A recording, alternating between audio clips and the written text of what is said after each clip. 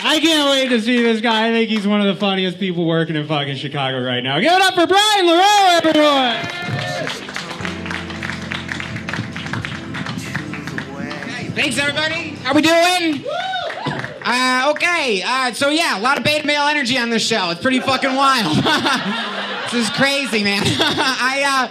I've never been to a fight club before. I heard that you're never supposed to talk about them, but this one has a QR code, so I think it's maybe a little different than Brad Pitt's. Yeah, I had problems with bullies growing up, and much like most of the other comedians, I guess, on this lineup, I had problems with bullies, which always kind of confused me because I snowboarded, I was pretty short, and I hated fighting. You know, what's not to like? I was a tight little pussy, you know what I mean? Come on. Fuck, man. I saw a dermatologist when I was a teenager, and the doctor diagnosed me with cystic acne. I was like, is that bad? And he was like, well, it is if you want to fall in love, so. Didn't know they handed that knowledge out at medical school.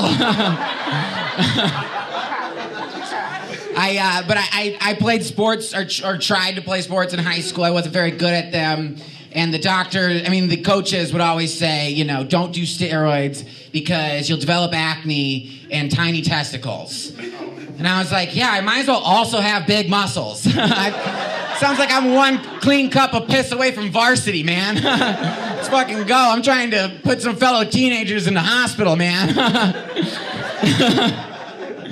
Yeah, but I've had problems with body dysmorphia like my entire life, and if you don't know what that is, it's a disease where every time you look into a mirror, you just see like this gross, unfuckable goblin person staring back at you, and then your loved ones are like, no, you're not unfuckable, man. Like, I'd fuck you, and you're like, yeah, you have to say that. You're my mom. I've never actually been like formally diagnosed with that disease. It's like just the only disease that I just hope I have.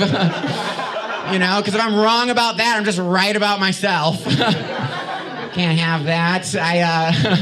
I feel like I should be like easier on myself. I feel like, you know, we should all kind of just generally be easier on ourselves and our bodies.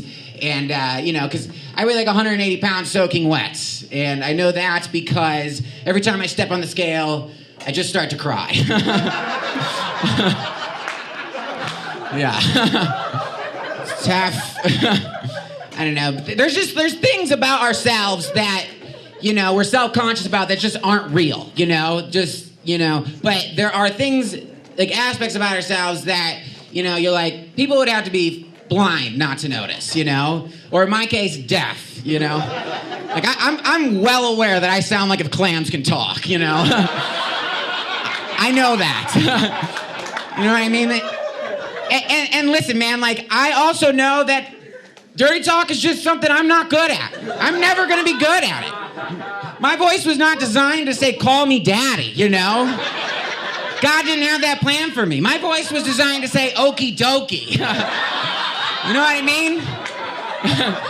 So unless you're trying to get it on with the tallest member of the Lollipop Guild, I suggest you keep it moving, you know? It's tough. I don't know. I think that's just why I like to eat pussy for as long as I do. Because that's not a speaking role, you know? Yeah. So I had to stop doing drugs all the time because, you know, those things make you talk a ton, and I was just losing friends nonstop. And I miss that life. I miss my old Coke dealer the most because he was just the best, you know? He called me up one day and he was like, Brian, I got us the worst seats to the Cubs game. Put your shoes on. Which is like really nice of him. And I was like, but I was just kind of confused as to why he got the worst seats. He's a Coke dealer. We should be like behind the home plate, you know what I mean? He was like too prepared to answer this question. He was like, Brian, today we're gonna put a whole new meaning to the nosebleed section. What a whimsical drug dealer. I don't have anybody in my life like that anymore. I don't know. I come from just like a long line of just fucking dipshits, you know? I'm from the farmland. I took one of those 23andMe genetics tests, and the results came back, and it turns out I'm just 100% sorry for everything they did. My grandma, towards the end of her life, she was kind of a dipshit, but that was because she had dementia, so it wasn't her fault, you know? She had an excuse.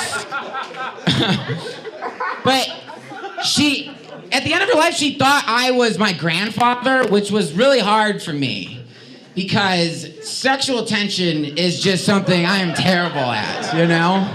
I'm bad at it. The nurses would try to console me. They'd be like, well, at least she recognized you as family. And I was like, well, I don't know if you just saw her, but she just winked at me across the room, so I'm probably gonna weep every time I masturbate for at least a week.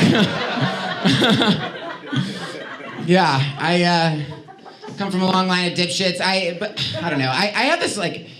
So my parents sent me to this, like, all-boys military Catholic school, so, you know, I don't know how to talk to girls, obviously, but I do know how to bomb villages. Pretty nice. I don't know. I learned at that school where it's just like all of our, like, war heroes, the American war heroes, were just alcoholics, you know? Normandy was just a bunch of 18 to 29-year-olds just blasted on bourbon getting mowed down by machine guns. That's the battle we learn about.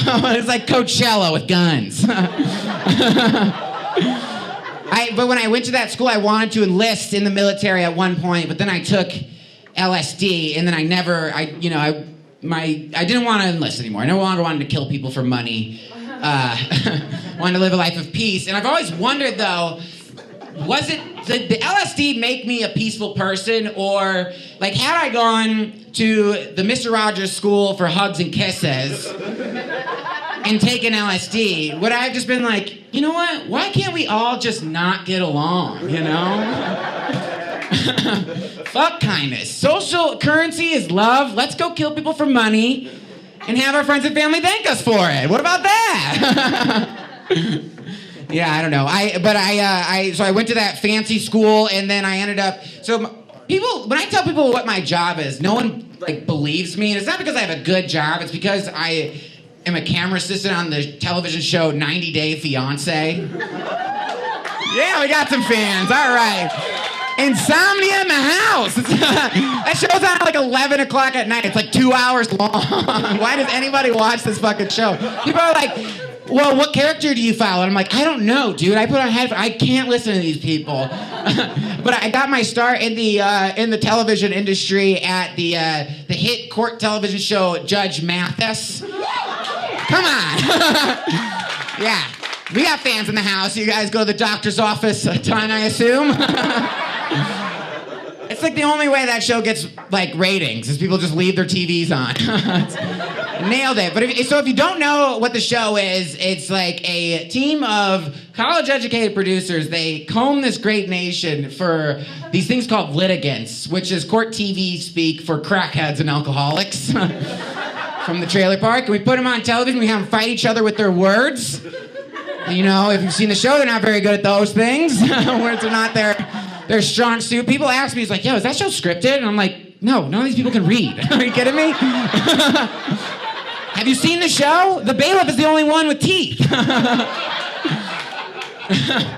My job on the show is to, babysit all the crackheads and the alcoholics. And if you've ever babysat before, some days are just better than others. Some days, all the kids need is just a turkey sandwich, a pack of cigarettes, and they're good,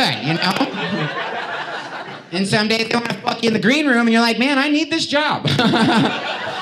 Can't be risking it with people from the trailer park. Yeah, I don't know. I was walking past a green room one time, and it smelled like weed. And, I'm cool, man. I'm a good babysitter, but I had to know, nothing too crazy was happening. So I opened the door, and I look in, and nothing crazy was happening. It was just like a guy, he was on speakerphone with his girlfriend. And I open the door, and I hear the girlfriend on the other line go, I love you. And he goes, I love you too, Sugarfoot. And then he puts his hand on the phone, he looks at me, and he's like, she's got diabetes. How ready for television was that man? You don't need to script that show. Yeah, I fly for work sometimes, and which flying's really scary for me. But one day I got on the plane and Senator Ted Cruz was also on my flight. Right. I instantly became so soothed. Like, it was the most zen I've ever felt. Because it's so hard to be scared of flying when you just want the plane to crash the entire time. Every time we hit turbulence, I'd look at him and his wife just like, let's fucking do this! All right. You guys have been great. My name's Brian.